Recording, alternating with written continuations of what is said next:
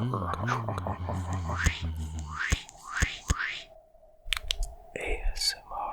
Retro Forever. Hey guys, welcome back to ASMR Retro, and happy Friday the 13th. Hope you're having a good one or a bad one, however you like it. And today I'm going to review the movie Friday the 13th Part 3. And I'm doing it in my comic book format, so I drew a comic book basically recapping the movie. And if you're kind of new to the channel, I've done this before with the movies like the first two Friday movies. I did Nightmare on Elm Street and Return of the Living Dead. So if you like this format, check out the other videos like this on my channel. Alright, so let's take a look here at this comic. This is the cover, obviously, and it's called Retro at the Movies. That's the series where I do this kind of thing. I never really mentioned this series name, but yeah, that's where I do these movie recaps. I've only done horror movies so far, but it doesn't have to be horror movies. But anyway, and as seen on YouTube, you got the title there, or the movie Friday the 13th Part 3 review. And by the way, the movie was shot in 3D. It was kind of a thing or a gimmick where the third part of horror movies would be in 3D. So just keep that in mind, because that's going to come up. And then we have this over here. We have ASMR Retro Comics. And spoiler, there is Jason without his mask. And it is issue number 5, October 2023. And here we have Jason looking all cool, and spoiler alert, this is where he finally gets his hockey mask. So it's a pretty iconic moment there. And you see this girl here having a bad day, really, really bad day. We'll get to that. Okay, so that's the cover.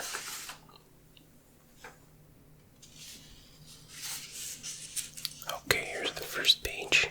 As you can see, the whole thing is not in color because that would just take way too long to color in, but hopefully you can see this on camera. But yeah, the movie starts off with a recap of the last one, where Jason is defeated in his own shack, and then he slowly gets up, and it also slows him into his mom's decapitated head on the table. And then we get this super duper 3D title screen, Friday the 13th Part 3, and it's just like... And then this like super funky music plays, and then there's about 73 hours of credits.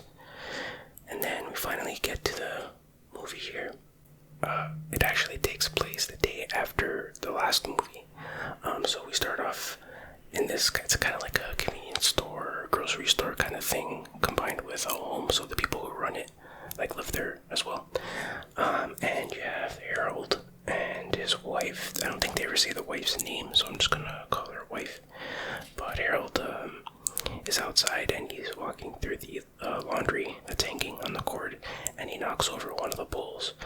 And his wife, out of the window, she's like, "God damn it, Harold, blah, blah, blah, blah, blah," giving him a lot of grief for that. And he's like, yeah, whatever. So then he lifts up the bowl, and you notice that he points the bowl as he's lifting it, like right up to the camera lens.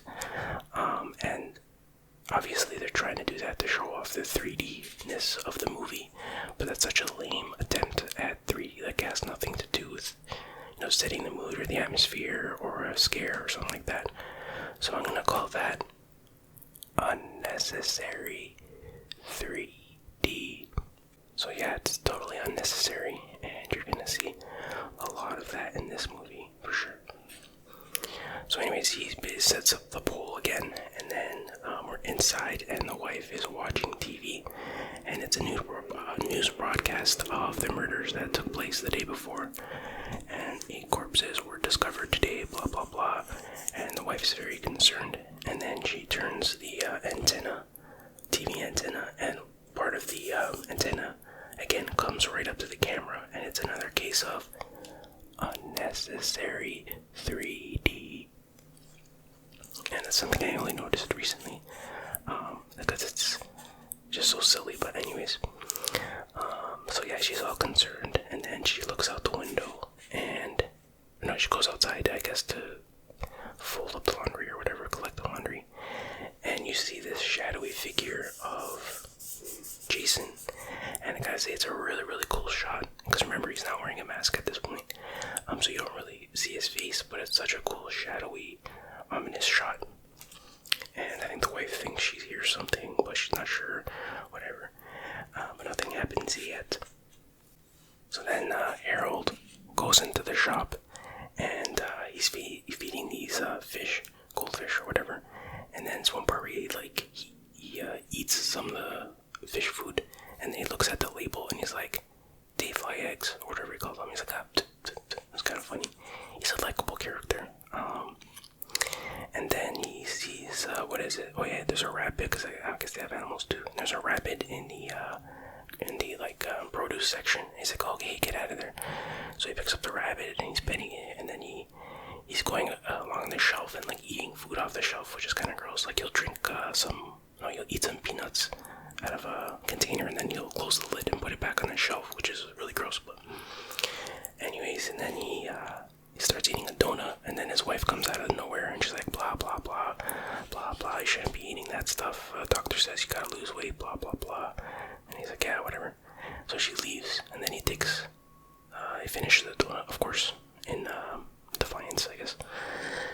So then what happens, he ends up, he goes to like this shack type of area, and then he notices that they have like a rabbit cage, and he notices that one of the rabbits in there has been mutilated. And he's like, and the door was open, or I don't know if the door was open or not, I can't remember. But he was like, "Who would do such a thing?" And then he goes up to the cage, and then the snake just pops out right into your face, of course, a 3D effect. Now, this is not unnecessary 3D, in my opinion, because it was at least trying to scare you. So it did serve a purpose. It was a jump scare, and it does make sense that that's 3D.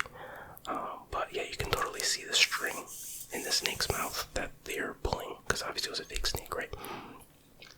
But still, it must have been a pretty good effect in the theater to see it in 3D. But yeah, so it's just a snake. So that literally scares the crap out of Harold, and he runs to the crapper. And he has a hidden stash of whiskey, of course. Now when somebody, it's kind of a rule of these movies, if somebody's on the crapper or drinking or something like that, they're gonna get killed pretty soon. So we'll see what happens. But that's the first page.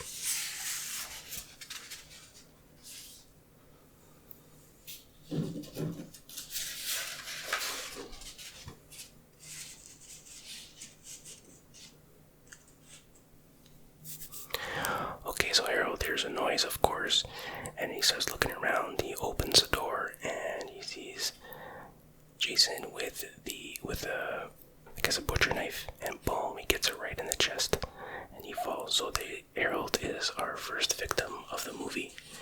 I mean, he shouldn't have went to the washroom or had some whiskey. You know, that's a death sentence in these movies.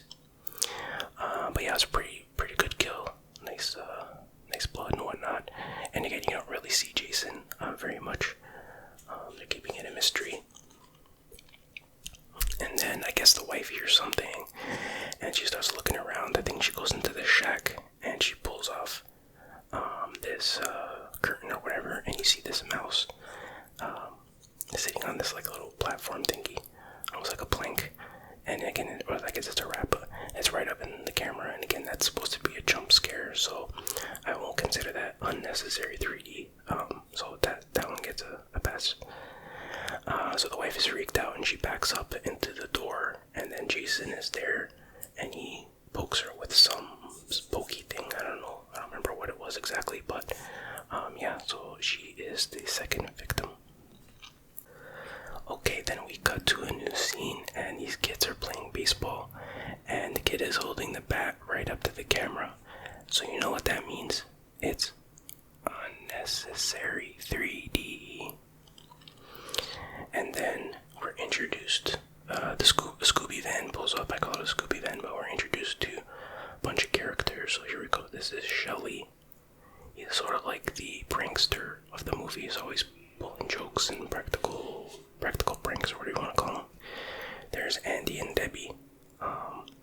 They're a couple, and they mention a couple times that she's pregnant. Even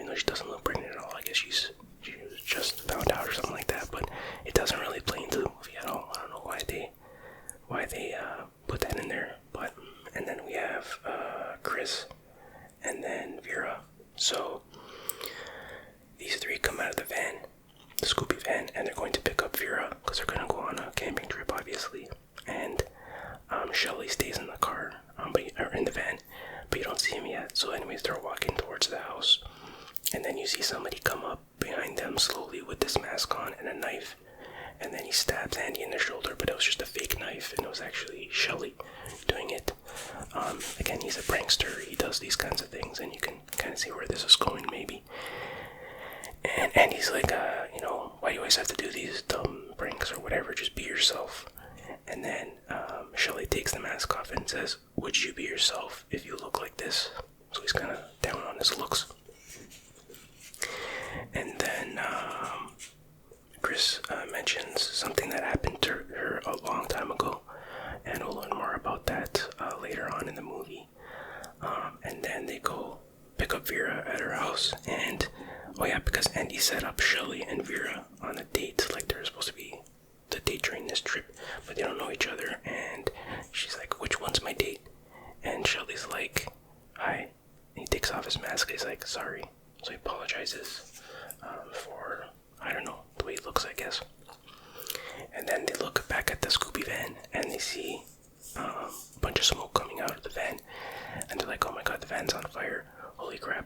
So they run to the van, but they see two more characters in the back of the van, Chuck and Chili. Chuck and Chili, Chuck and Chili, Chuck and Chili. And they're two like hippie type characters. They're a couple, and they're smoking a bunch of pot. So that's what that smoke was.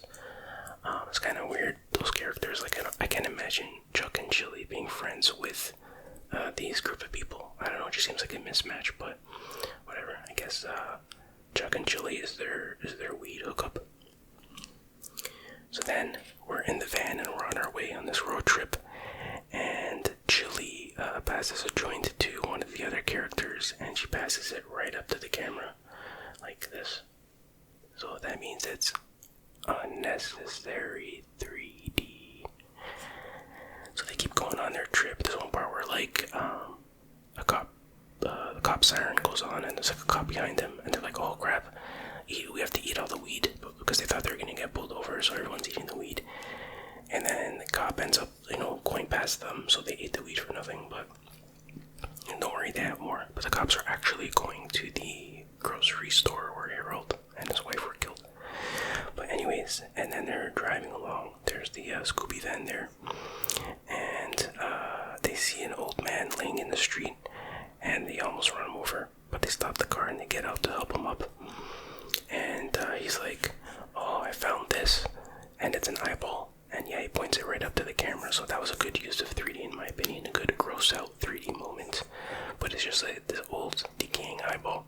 He's like, I found this. There are more body parts there too. So I guess he probably found one of Jason's victims or something. And everyone's like grossed out. And they're like, holy crap, that's a real eyeball, let's get out of here. And he's like, I have warned the... So he's basically like the old man in the first two movies that warned them of impending doom, I guess. But yeah, so that's that. And then finally they arrive at Higgins Haven. So I guess it's just this cabin near or at Crystal Lake. And so yeah, there's the cabin, there's a barn, there's the lake, typical camping stuff. So most of the characters go to the lake there, and Chris goes to the house. And then we're introduced to Rick. And so as soon as Chris goes inside, Rick just kind of grabs her and starts kissing her, and she like pushes him off, and he's like, did I do something wrong? I'm like, yeah, I just grabbed her and kissed her out of nowhere. He's like, I know it's only been 2 years, but it feels like forever. Oh no, that's what Chris says. So basically they were a couple. So Chris used to go there or live there or something like that. And they were a couple, but then something bad happened to Chris 2 years ago. And so now Rick is trying to like reconnect with her, but she needs more time kind of thing. But I swear Rick, this actor, looks like Jason in this movie. I was convinced that he played Jason underneath the costume or whatever. There's just something about his look and the way he moves and walks and everything is very similar to whoever played Jason in this movie, but maybe they kind of did that to build up suspense to make you think that he's the killer. I don't know, bro.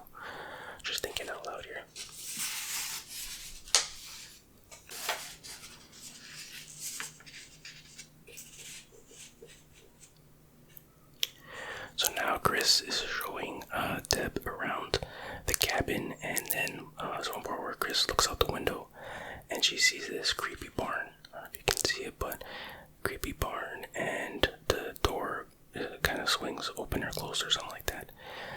So it seems like somebody's in there. And I call this barn the barn of death.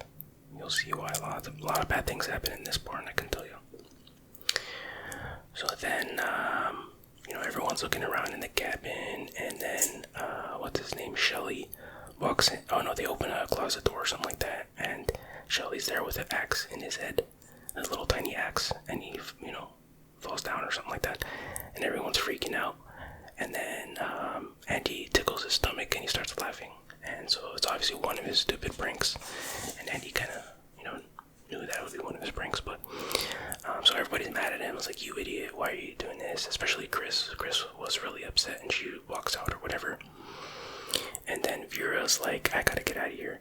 And then Shelly's like, wait for me, I gotta get out of here too. So they take this car, it's like a bumblebee car, Beetle, I guess, and whose car? It's Rick's car, I think. But anyways, they end up going to this nearby convenience store, which is very convenient.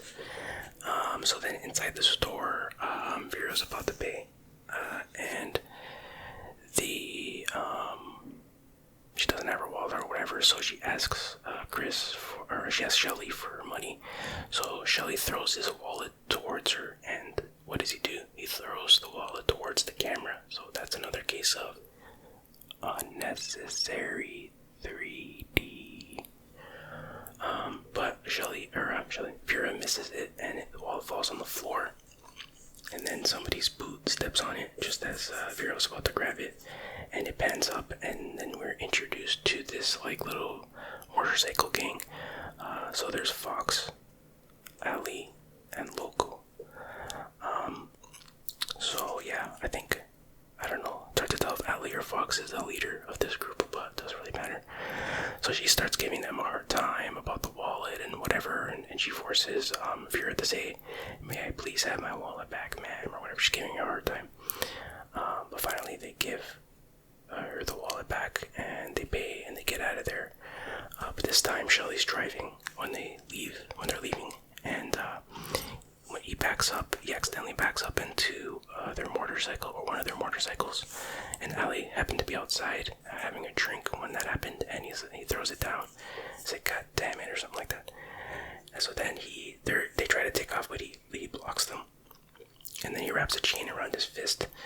He does a smile into the camera, and then he just punches through the windshield, and then he punches through the side driver window, and that was a pretty cool 3D effect. So I would say that was totally necessary.